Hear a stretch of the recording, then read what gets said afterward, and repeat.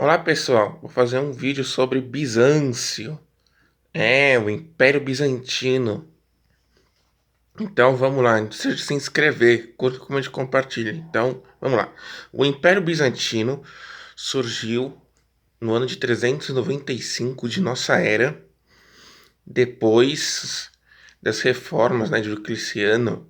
O Império Romano se tornou tão grande que teve que ter uma reforma. Então, originalmente o Império Bizantino é chamado de Império Romano do Oriente.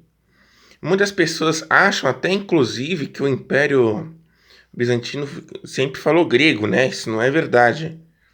Podemos dividir basicamente em duas partes, linguisticamente falando, né? O Império Bizantino. Inicialmente, o Império Bizantino, né? O Império Romano do Oriente, falava o latim, que vai de 395 até 610. E aí o Heráclito vai mudar isso e vai adotar o grego a partir de 610 até a sua queda, né? Quando os turco-otomanos tomam, né, pelo Maomé II, né, um jovem sultão de 21 anos que tomou Constantinopla depois de 53 anos de cerco. Então, se podemos dizer isso, né? Então, o Império Romano do Oriente, ele depois da queda, né, tivemos, por exemplo, Justiniano, né, que foi um dos seus principais líderes, né, do Império Romano do Oriente, e ele já ajudou a expandir, né, o Império, né, por vastas regiões para reconstruir o antigo Império Romano no século VI. Belisário foi um dos seus principais generais. Então, os, os romanos, né, os bizantinos. Vocês ficam confundiam muito se eu falar romanos, né? Você acha que é romanos antigos, não.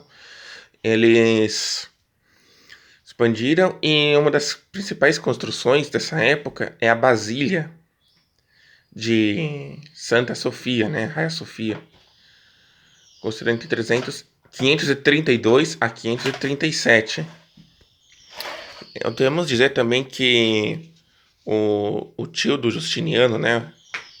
Justino, da origem da dinastia Justiniana.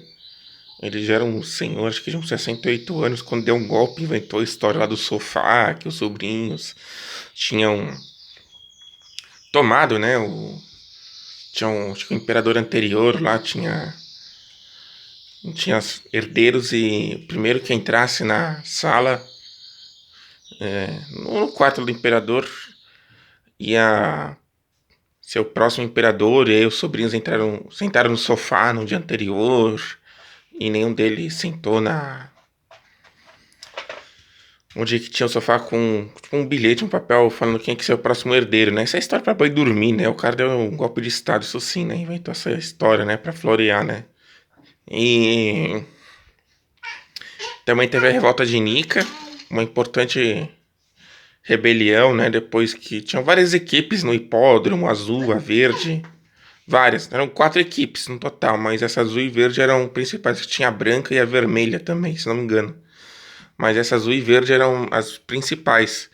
Então, as, elas começaram a se revoltar, o pessoal lá no hipódromo, por uma série de motivos, altos impostos, porque a guerra estava consumindo bastante, né, assim, dinheiro da população, né, então os caras começaram a se revoltar, e aí 30 mil pessoas morreram, né, por causa que ele ia fugir, o Justiniano, né, só que a Teodora lá, que era uma ex-prostituta, vamos dizer assim, uma mulher assim da vida, né, que ele tinha se casado, ele...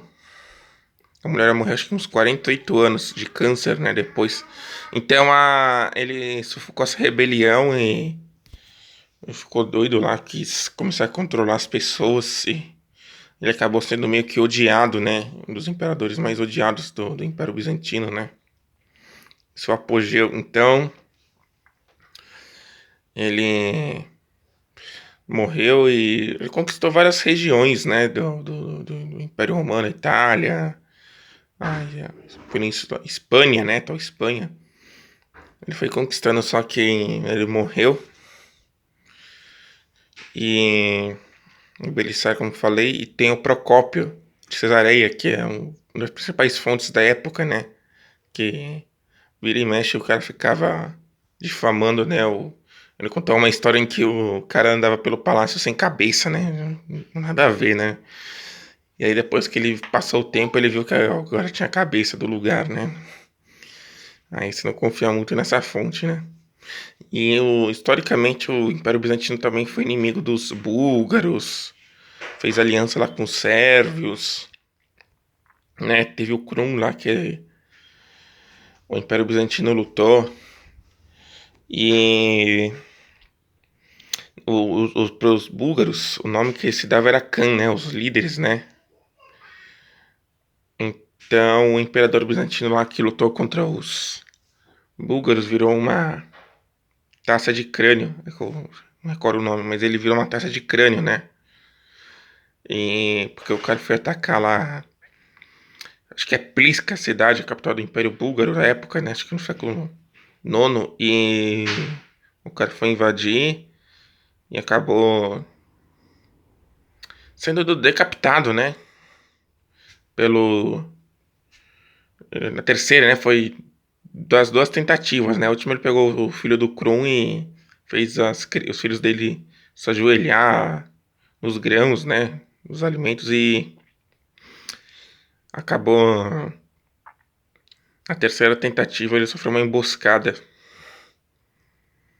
e acabou aí morrendo, né? Desse jeito aí. Eu já era velho. Era um secretário de Estado. E teve vários outros, né? Outras dinastias por aí em que até foram expandidos, outros eram derrotados. E uma coisa vergonhosa que aconteceu em 1204 foi aquele saque, né, de Constantinopla pelos cruzados na Quarta Cruzada. Em vez de atacar o Oriente Médio, atacaram Constantinopla e depois Zara pelo Enrico Dandolo lá de Dodge, acho que de Veneza, que atacou. E daí esse é o declínio, né, séculos depois do Império Bizantino. E o imperador bizantino era chamado de Basileu, né? E a imperatriz Basilisca, né? Esse era o nome aí.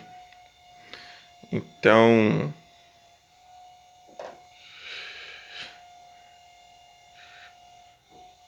é uma história que pouca gente conhece, né? Desse Império Bizantino, né? Eles foram muito espertos, por exemplo, pegaram os eslavos e fizeram estado de tampão contra o Império Búlgaro. Acho que quase ninguém conhece o Império Búlgaro, né? Outro império medieval aí. Eles chegaram a fazer até aliança com, nessa época, século IX, né? Com um rei sérvio chamado Blastímero. Acho que quase ninguém conhece o Blastímero. Então, essa história, e depois, né, vai entrar em declínio. Aí uma coisa, o Império Bizantino foi a primeira civilização que se conhece a fundar uma universidade na história, né? Teve academia na Grécia Antiga, né? Tô desmerecendo. Mas o Pandidactério, a primeira universidade do mundo, né? Ainda no século, acho que quinto, que foi fundada. Então, eles tinham Senado também, né? O Senado desapareceu, acho que no século XIV, né? E esse vídeo que eu queria fazer aí pra vocês. Vídeo sobre o Império Bizantino e depois, no século... Ele ia desaparecer a civilização bizantina no século XVI. Século XV, né? 1453, né? Depois de 53 dias de cerco, né? Mesmo os genoveses lá, os venezianos tentando ajudar. O Maomé II construiu uma série de fortalezas próximo à cidade de Constantinopla e aí ficou difícil dos navios italianos ajudarem a cidade. Toda vez que ajudava as fortalezas ficavam bombardeando os navios, né? Então era difícil a ajuda, né? Então você... E aí em 1453 a cidade foi conquistada e daria origem à Idade Moderna depois, né? Então esse é o vídeo aí, curta, comente, compartilhe, se inscrever. Falou!